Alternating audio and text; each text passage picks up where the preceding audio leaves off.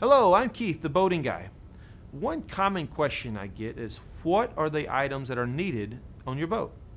Well, let's start by talking about the federally required items. The first and most important thing is you need to have a life jacket for each and every person on the boat. The life jacket needs to be properly fitting and it needs to be easy accessible so it doesn't count when they're locked away down below. The Coast Guard also requires all boats larger than 16 feet to have one throwable life-saving device. That's example one of those floating cushions or a round ring that you can throw to someone if they're overboard.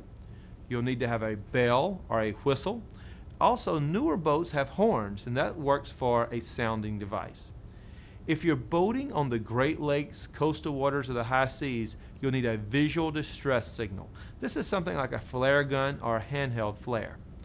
Now, any boat over 26 feet and some of those under 26 feet and boats who have engines have to have a fire extinguisher. Now, states may have different laws and regulations, so I highly recommend you check with your state organization to find out what the laws are in your area. Now that we know what's required by the federal government, let's talk about what other things you may find very useful on your boat. For example, a compass or other navigational tools such as a GPS or even a handheld VHF radio. You'd also want maybe a flashlight.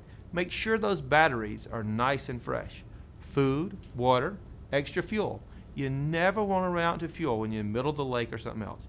Plus, if you have a small boat or even a mid-sized boat, a paddle is a good idea. If you ever get in trouble, you can make your way right over the shore. Well, that's what you need on the water. Good luck, safe boating, and see you out there.